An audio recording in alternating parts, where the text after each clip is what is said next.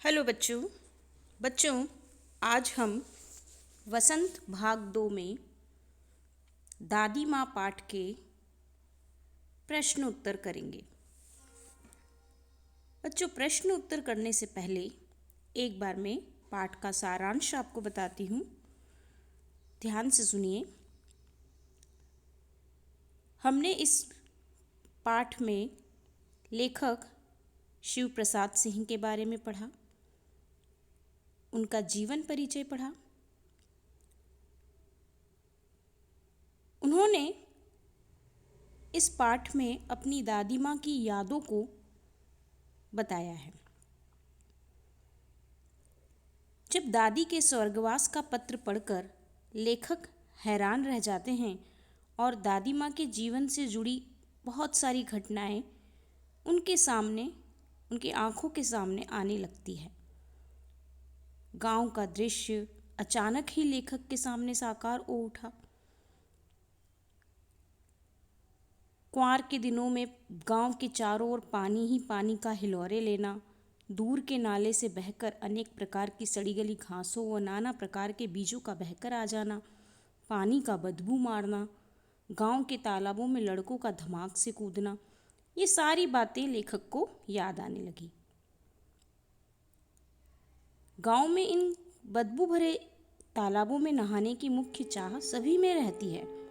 गांव के जो बच्चे होते हैं वो तालाब में ही नहाते हैं अक्सर, चाहे वो तालाब का पानी कैसा भी हो, क्या है, लेकिन उनमें इच्छा होती है कि वे तालाब पर नहाने जाएं। लेखक को बचपन की वह घटना कभी नहीं भूलती कि जब उसे एक बार बुखार था और वह तालाब पर नहाने नहीं जा सके। उन्हें बहुत दुख हुआ था। लेखक की दादी का व्यक्तित्व इस पाठ में क्या बताया गया है कि वे एक दुबले पतले शरीर वाली महिला थीं। हमेशा सफ़ेद किनारीहीन साड़ी पहने रहती थी और रस्सी के समान सफ़ेद बाल थे उनके, जूट के समान।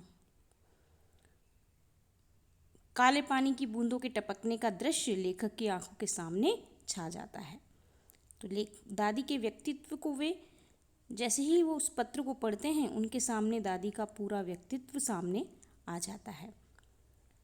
उन्हें याद आता है कि एक बार वे बीमार हो जाते हैं तो दादी बार बार उनके माथे, पेट, पाँव को छूती है और बुखार का पता करती है और पूरे दिन उनकी चारपाई के पास बैठी रहती।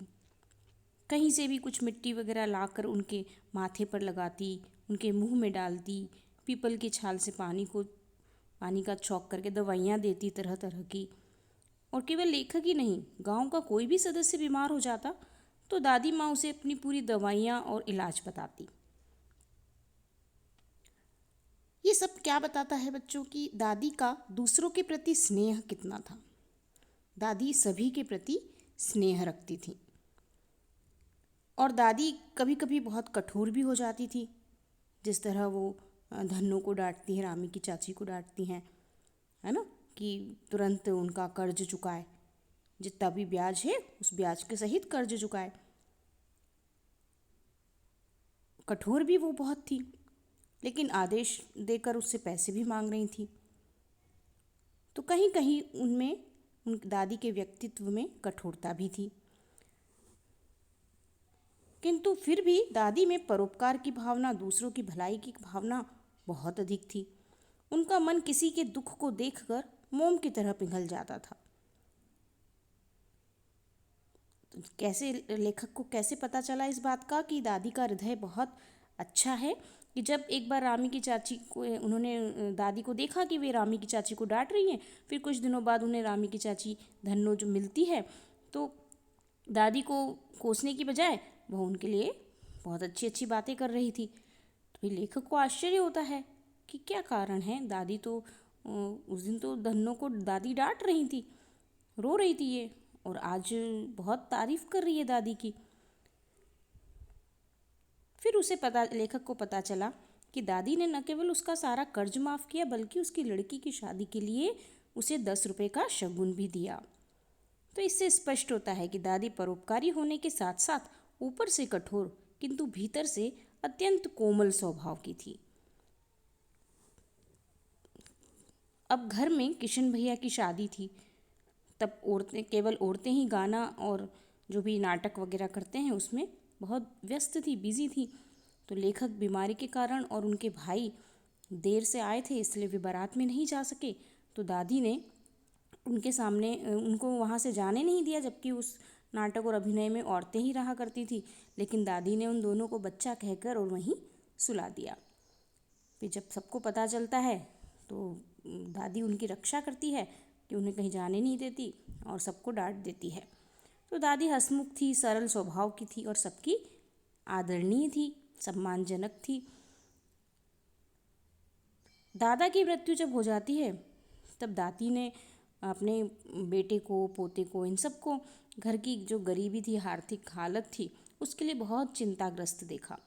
तो जब देखती है कि घर में इस तरह की हालत है, घर में पैसा बहुत खर्च हो गया है, तो दादी अपने पास जो कंगन सोने का रखा हुआ था वह लेकर आ जाती है। और ये कंगन उनके दादा की अंतिम निशानी थी, है ना। लेकिन फिर भी वह लेकर आती है घर के लिए कि यह मजबूरी में ही काम आ सकता है। तो उस समय लेखक को दादी एक देवी के समान लगती है। और वैसे घर पर इस तरह की दादी के व्यक्तित्व की विशेषताएं लेखक को समय समय पर पता चलती है कि दादी में इतने गुण थे, इतनी विशेषताएं थी। और घर में वैसे तो ये मानते थे सब लोग कि दादी कोई काम नहीं करती, लेकिन घर का व बाहर का सभी कार्य दादी माँ के बिना अधूरा रहता। छोटे छोटे कामों में, छोटे बड़े सभी कामों में दादी की जो उपस्थिति थी, उनकी सलाह बहुत कंपलसरी थी। और दादी की गीली साड़ी में दिया जलाना, पूजा करना, ये सब हमें क्या बताता है कि वे धार्मिक प्रवृत्ति की भी थी।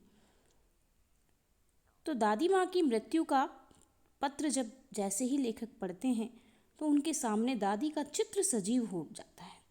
सजीव यानी जीवित हो जाता है और वह उनकी याद में एकदम उदास हो जाते हैं। तो यह था अध्याय पाठ, जिसका मैंने आपको सारांश बताया, समरी बताई। अब हम इसके प्रश्न उत्तर करेंगे। बच्चों, प्रश्न उत्तर में आपको भाषा की बात के प्रश्न उत्तर नहीं करना है। बाकी जो प्रश्न उत्तर मैं करवा रही हूँ सारे आपको अपनी कॉपी में करना है। जितने आप कर सकते हैं अपनी भाषा में लिखने की कोशिश करिए। दादी माँ प्रश्न उत्तर। पहला प्रश्न है कहानी से का। लेखक को अपनी दादी माँ की याद के साथ साथ बचपन की और किन किन बातों की याद आ जाती है। कि लेखक को अपनी दादी माँ की तो याद आती है, उसके साथ साथ मैंने बताया ना उनको किस किस बात की याद आती है, कि उन्हें वो तालाब में नहाना, दादी का उन बुखार आने पर उनका दिन रात सेवा करना, है ना। और किशन भैया की शादी पर और औरतें जो गीत गा रही थी, है ना, उस समय दादी का उन्हें बचा लेना, रामी चाची की घटना, बहुत सारी घटनाएं दादी के साथ साथ उन्हें याद आती है बचपन की। तो उत्तर इस प्रकार है कि जब लेखक को मालूम हुआ कि दादी माँ की मृत्यु हो गई है तो उसके सामने दादी माँ की सभी यादें सजीव हो उठती हैं। सजीव यानी जीवित हो उठती है। साथ ही उसे अपने बचपन की स्मृतियाँ, गंधपूर्ण झाग भरे जलाशयों में कूदना, बीमार होने पर दादी का दिन रात सेवा करना, किशन भैया की शादी पर औरतों द्वारा गाए जाने वाले गीत और अभिनय के समय चादर ओढ़कर सोना और पकड़े जाना, रामी चाची की घटना आदि भी याद आ जाती है। प्रश्न 2, दादा की मृत्यु के बाद लेखक के घर की आर्थिक स्थिति खराब क्यों हो गई थी। कि जब दादा की मृत्यु हो जाती है तो दादा की मृत्यु पर उनके मित्र, उनके पिता के मित्र, रिश्तेदार, ये सभी आकर जो सलाह देते हैं, जिससे कि उनके पिता बहुत अधिक खर्च कर देते हैं मृत्यु होने पर और उनकी आर्थिक स्थिति डामाडोल हो जाती है, खराब हो जाती है। दादा की मृत्यु के बाद लेखक के घर की आर्थिक स्थिति खराब हो गई क्योंकि कपटी मित्रों एवं शुभचिंतकों की बाढ़ आ गई। उन गलत मित्रों की संगति ने सारा धन नष्ट कर डाला। इसके अलावा दादा के श्राद्ध में भी दादी माँ के मना करने के बावजूद लेखक के पिताजी ने बेहिसाब दौलत व्यर्थ की। यह संपत्ति घर की नहीं थी, कर्ज में ली गई थी। दादी माँ के मना करने के बावजूद उन्होंने नहीं माना, जिससे घर की माली हालत डामाडोल हो गई। उन्होंने बहुत अधिक अनावश्यक खर्च कर दिया दोस्तों के कहने से, जिससे कि सारा पैसा खर्च हो गया और कर्ज भी लेना पड़ा। इसी वजह से उनके घर की आर्थिक स्थिति खराब हो गई थी। प्रश्न 3 है, दादी माँ के स्वभाव का कौन सा पक्ष आपको सबसे अच्छा लगता है और क्यों? उत्तर इस प्रकार है, दादी माँ के स्वभाव में अनेक पक्ष थे जो हमें अच्छे लगते थे। मसलन यानी जैसे दादी माँ का सेवा, संरक्षणी, परोपकारी व सरस स्वभाव आदि का पक्ष हमें सबसे अच्छा लगता है, क्योंकि इन्हीं के कारण वे दूसरों का मन जीतने में सदैव सफल रहीं। लेखक के बीमार होने पर दादी द्वारा उसकी सेवा करना, रामी चाची की बेटी की शादी पर उसके घर जाकर उसकी सहायता करना, व पिछला बकाया ऋण माफ करना, ऋण यानी कर्ज, पिताजी की आर्थिक तंगी देखकर दादी की निशानी सोने का कंगन उन्हें देना आदि दर्शाता है कि दूसरों की मदद करना ही उनके जीवन का प्रमुख उद्देश्य था। मुझे दादी की सहृदयता और कोमलता वाला पक्ष सबसे अच्छा लगता है। बच्चों कुछ प्रश्नों के उत्तर में आप स्वयं अपने शब्दों को भी लिख सकते हैं।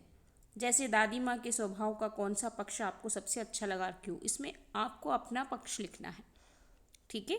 यहाँ मैंने उदाहरण के लिए आपको उत्तर बताया है कि इस तरह से भाषा हो और इस तरह का उत्तर हो, बाकी आप अपने शब्दों में इसे लिख सकते हैं। इसके बाद है कहानी से आगे प्रश्न 1, आपने इस कहानी में महीनों के नाम पढ़े, जैसे क्वार, आषाढ़, माघ आदि। इन महीनों में मौसम कैसा रहता है?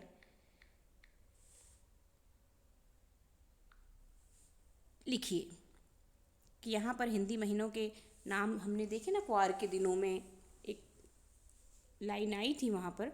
तो गांव में अक्सर बच्चों हिंदी महीनों से ही महीनों का नाम लिया जाता है। जैसे हम जनवरी, फरवरी, मार्च, अप्रैल इस तरह से हम बात करते हैं ना, तो गांव में हिंदी महीनों से ही बात की जाती है, हिंदी महीनों का ही उच्चारण किया जाता है। हिंदी में जैसे हमारे जनवरी से लेकर जनवरी, फरवरी, मार्च, दिसंबर तक पूरा एक साल होता है ना, 12 महीने होते हैं। तो ऐसे ही हिंदू महीने हमारे होते हैं चैत्र, वैशाख, ज्येष्ठ, आषाढ़, श्रावण, भाद्रपद, आश्विन, कार्तिक, है ना, ये सभी हमारे हिंदी महीने होते हैं। तो यहाँ पर कुछ हिंदी महीनों के बारे में जिक्र आया है। कार्तिक, मार्गशीर्ष, पोष, माघ, फागुन, ये सभी हिंदी के महीने होते हैं। अब चैत्र महीना जैसे होता है तो वो मार्च अप्रैल जो महीना आता है ना हमारा अंग्रेजी महीना, उस समय होता है चैत्र का महीना हिंदी का। बैसाख होता है अप्रैल मई के महीने में, ज्येष्ठ होता है मई जून के महीने में, आषाढ़ होता है जून जुलाई में, श्रावण होता है जुलाई अगस्त में, भाद्रपद यानी भादो होता है अगस्त सितंबर में, और अश्विन होता है आश्विन सितंबर अक्टूबर में, कार्तिक का महीना होता है अक्टूबर नवंबर में, मार्गशीर्ष होता है नवंबर दिसंबर में, पौष होता है दिसंबर जनवरी में, माघ होता है जनवरी फरवरी में, फागुन होता है फरवरी मार्च में। तो इस तरह पूरे 12 हिंदी के महीने भी होते हैं। जिस तरह अंग्रेजी के 12 महीने होते हैं वैसे हिंदी के 12 महीने होते हैं। तो इन महीनों में मौसम कैसा रहता है, जिन महीनों का उल्लेख इस पाठ में किया गया है उन महीनों के मौसम के बारे में हमें बताना है। तो क्वार का यहाँ पर उल्लेख किया गया है, बताया गया है। तो क्वार का महीने में न अधिक गर्मी होती है न अधिक सर्दी होती है। आषाढ़ का जिक्र आया है, तो आषाढ़ में बहुत भयानक गर्मी होती है और कभी कभी कुछ वर्षा हो जाती है। माघ, आषाढ़ यानी जून जुलाई, है ना, जून जुलाई में बहुत गर्मी होती है ना, और कभी कभी वर्षा भी हो जाती है। जुलाई में, अगस्त सितंबर में ज़्यादा बारिश होती है, बाकी जुलाई में शुरू होती है बारिश, है ना, इसलिए कभी कभी कुछ वर्षा होती है और गर्मी बहुत होती है। माघ होता है, माघ का महीना जनवरी फरवरी का होता है, जिसमें सर्दी होती है अत्यधिक। तो ये हिंदी महीनों के नाम और उन महीनों के मौसम के बारे में। इसके बाद प्रश्न 2, अपने अपने मौसम की अपनी अपनी बातें होती हैं। लेखक के इस कथन के अनुसार यह बताइए कि किस मौसम में कौन कौन सी चीज़ें विशेष रूप से मिलती हैं। अब बच्चों, अक्सर हम मुख्य रूप से 3 मौसम के यहाँ बात करेंगे, सर्दी, गर्मी और बरसात। मुख्य रूप से 3 ही तरह के मौसमों के बारे में हम जिक्र कर रहे हैं।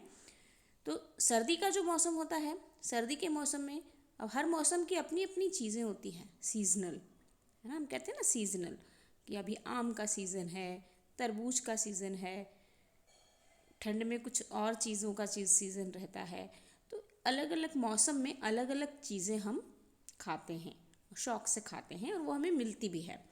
तो सर्दी के मौसम में बहुत अधिक ठंड पड़ती है, लोग गर्म पेय पीना पसंद करते हैं। फलों में सेब, अमरूद, केले व अंगूर, सब्जियों में पालक, बथुआ, सरसों, मटर, फूलगोभी, मूली अधिक मात्रा में मिलती है। गर्मी के मौसम में आम, लीची, खरबूजा, तरबूज, खीरा, ककड़ी, अंगूर जैसे फल पाए जाते हैं। सब्जियों में भिंडी, टिंडा, तोरई, घिया, कटहल, खीरा, ककड़ी आदि अधिक मिलते हैं। अब बरसात के दिन, बरसात के मौसम में अत्यधिक वर्षा होती है। फलों में कई प्रकार के आम, आलू बुखारा, खुरमानी के अलावे इस मौसम की सब्जियों में बैंगन, करेले, परवल, फलियां आदि काफ़ी मात्रा में पाए जाते हैं। इसके बाद बच्चों, अनुमान और कल्पना के प्रश्न। अनुमान और कल्पना के प्रश्न में कुछ प्रश्न ऐसे भी हैं जिनके उत्तर आप स्वयं भी लिख सकते हैं। पहला प्रश्न है, इस कहानी में कई बार ऋण लेने की बात आपने पढ़ी। अनुमान लगाइए किन किन पारिवारिक परिस्थितियों में गांव के लोगों को ऋण लेना पड़ता होगा और यह उन्हें कहाँ से मिलता होगा। बड़ों से बातचीत कर इस विषय में लिखिए। बच्चों, तो यहाँ पर कुछ ऐसे प्रश्न हैं जो आप अपने घर में बड़ों से बात करके भी लिख सकते हैं। जैसे उनसे पूछ सकते हैं आप कि आप शहर में रहते हैं, तो शहर में तो लोन के लिए हम बैंक चले जाते हैं, बैंक से आपको लोन मिल जाता है। लेकिन यदि गांव में कोई व्यक्ति रहता है तो गांव के लोगों को कैसे कर्ज लेना पड़ता है, वो लोग कैसे उनको कर्ज मिलता होगा। क्योंकि गांव में, हम यहाँ शहर में रहते हैं तो हमारे पास तो नौकरी होती है, लेकिन गांव के लोग तो किसान होते हैं ना, खेती बाड़ी वगैरह करते हैं, तो उन्हें कर्ज कैसे मिलता होगा, इस बारे में आप अपने बड़ों से भी पूछ सकते हैं। घर में इस बारे में बात कर सकते हैं और इसका उत्तर स्वयं भी लिख सकते हैं।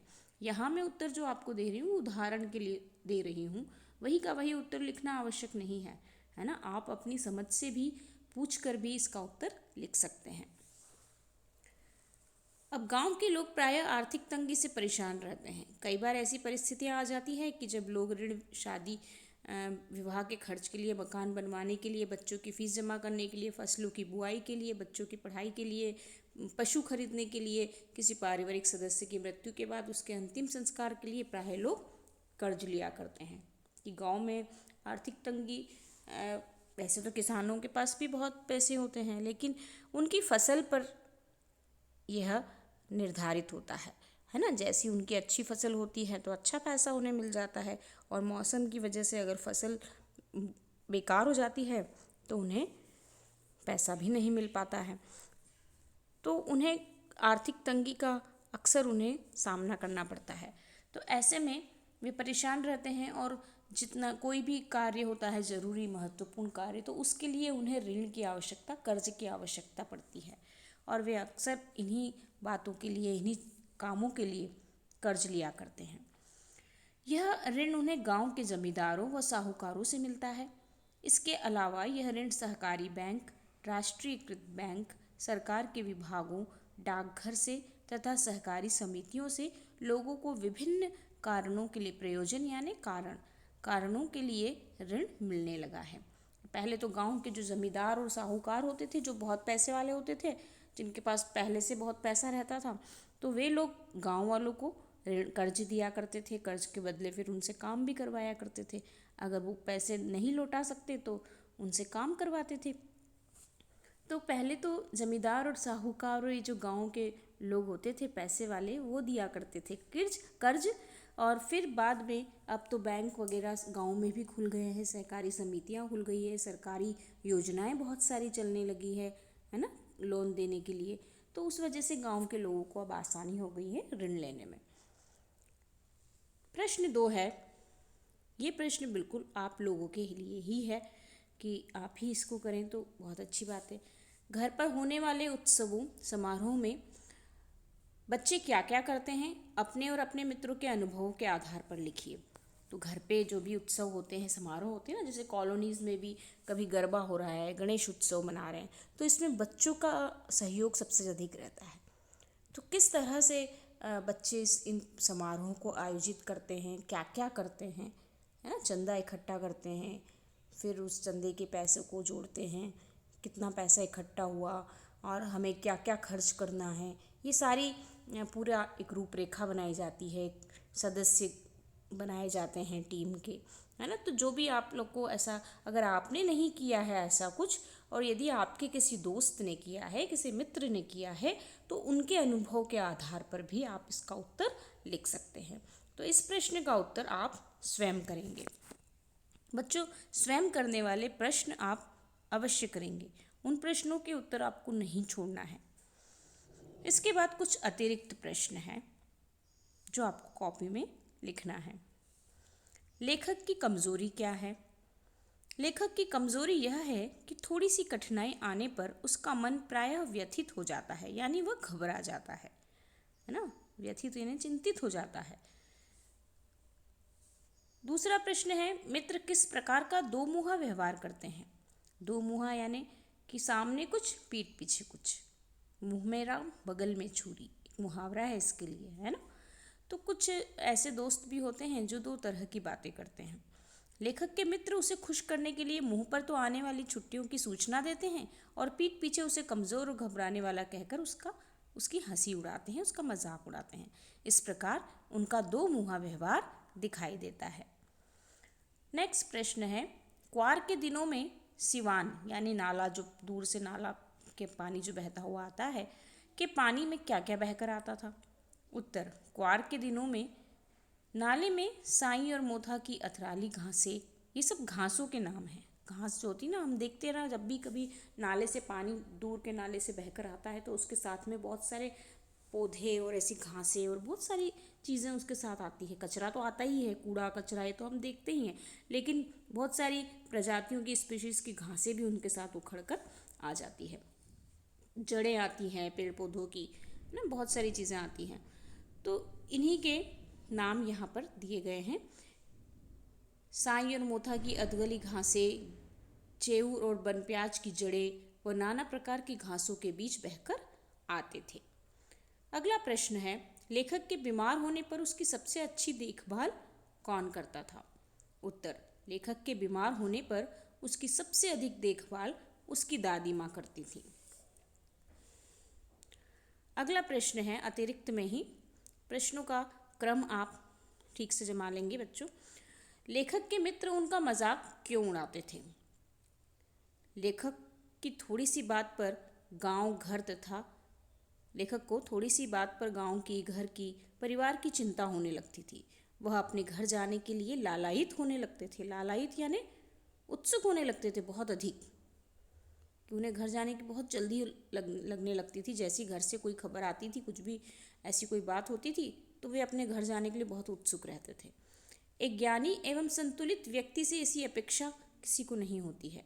ऐसी कमजोरी विकास में बाधक होती है तथा बाल मनोवृत्ति के लक्षण है। इसलिए लेखक के मित्र सदैव उसका मजाक उड़ाते थे कि जब ऐसा कुछ होता था ना, तो ऐसी जैसे उनको बहुत उत्सुकता रहती थी घर जाने के लिए, वो बहुत उत्सुक होते थे। तो हम इसको जैसे आज की भाषा में हम कहते हैं होम सिकनेस। कहीं बाहर बच्चे जाते हैं ना पढ़ने के लिए, तो बार बार घर की कोई बात याद आ जाती है, घर वालों की चिंता होने लगती, तो वो वापस घर आने के लिए तैयार हो जाते हैं। थोड़ी थोड़ी सी थोड़े थोड़े दिनों में ही वो घर आते हैं। तो इस तरह से बच्चों ये जो प्रवृत्ति होती है ये क्या बताती है कि ये आपकी डेवलपमेंट में बाधा है कि आप पढ़ने के लिए गए हैं, नौकरी करने गए हैं और बार बार आप घर की तरफ आ रहे हैं, बार बार आप छोटी छोटी बातों के लिए आप अगर इधर ध्यान देंगे तो वह आपका पूरी तरह से विकास नहीं हो पाएगा। आपके विकास में यह आदत, यह प्रवृत्ति बाधा बन सकती है। और ऐसा तो बच्चे करते हैं, बाल मनोवृत्ति यानी ऐसी आदत, ऐसा स्वभाव तो बच्चों का होता है। थोड़ी थोड़ी सी देर में, थोड़ी थोड़ी सी दिन में, छोटी छोटी बातों पर घर की याद आ जाना, ये तो बच्चों के लक्षण होते हैं। इसलिए उनके लेखक के जो मित्र थे वह सदैव उनका मजाक उड़ाया करते थे। दादी माँ को बीमारियों का ज्ञान कैसा था, इस विषय में विस्तार से लिखिए। अगला प्रश्न है, दादी माँ को गांव में प्रयोग की जाने वाली दवाओं के कई नुस्खे याद थे। वह हाथ, माथा, पेट छूकर भूत, मलेरिया, सरसाम, निमोनिया तक का अनुमान लगा लेती थी। वे लोग गुड़ मिश्रित जलधार, गुग्गल और धूप से इलाज करती थी। लौंग, गुड़ मिश्रित जलधार, गुग्गल और धूप से वो इलाज करती थी। महामारी तथा विंशुची का फैलने पर वह सफाई का ध्यान रखती थी। कि दादी माँ को बहुत सारी दवाइयों के नाम याद थे, है ना। वो हाथ, माथा, पैर ये सब छू के ही वो पता कर लेती थी कि इसको क्या बीमारी है ना। इस जो भी महामारी है क्या है, इस बुखार है तो किस तरह का बुखार है, मलेरिया है कि क्या है। तो दादी माँ को बिना कोई डिग्री हासिल किए ही उनको बहुत सारी ऐसी बीमारियों के नाम पता चल गए थे कि, और बहुत सारे दवाइयों के, उन बीमारियों के नाम भी उन्हें पता थे और बहुत सारी दवाइयाँ भी उन बीमारियों के लिए उन्हें पता सॉरी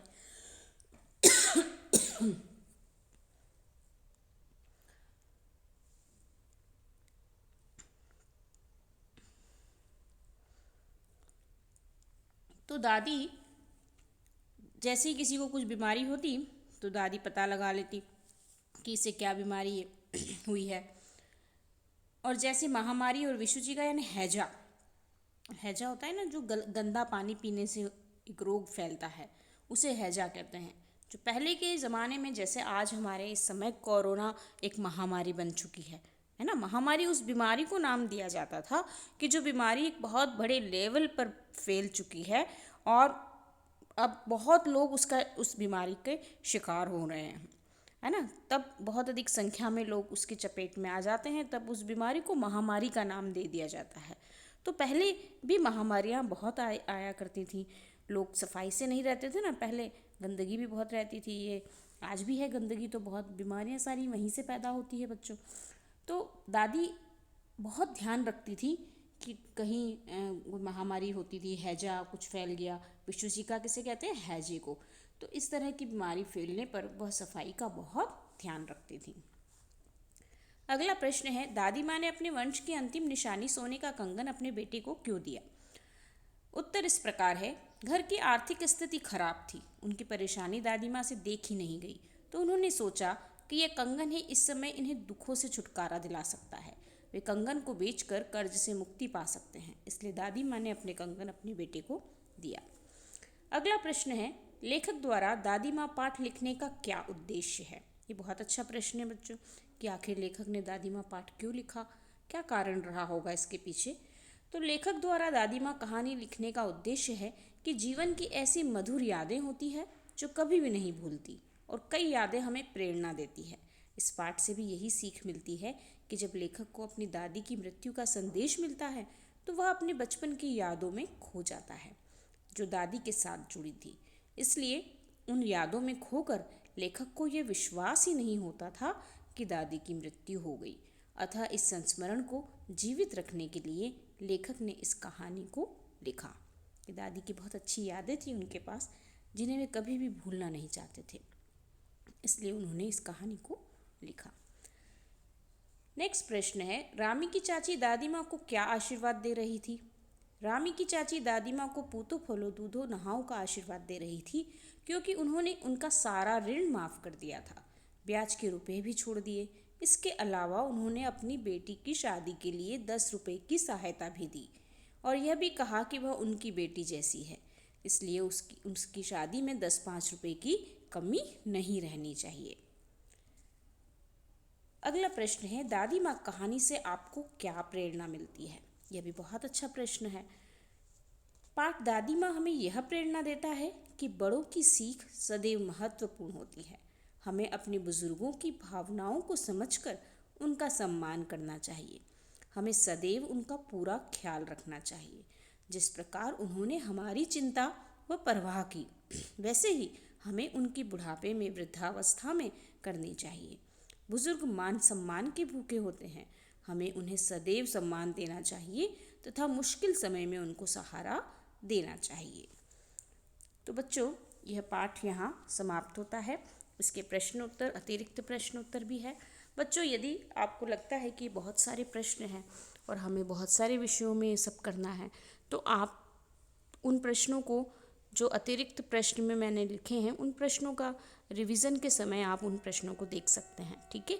बाकी आप अपने अध्याय के पीछे, पाठ के पीछे के जो प्रश्न हैं, उन्हें आप अपनी कॉपी में अवश्य कर लें। तो ये आपका वर्क है आज का।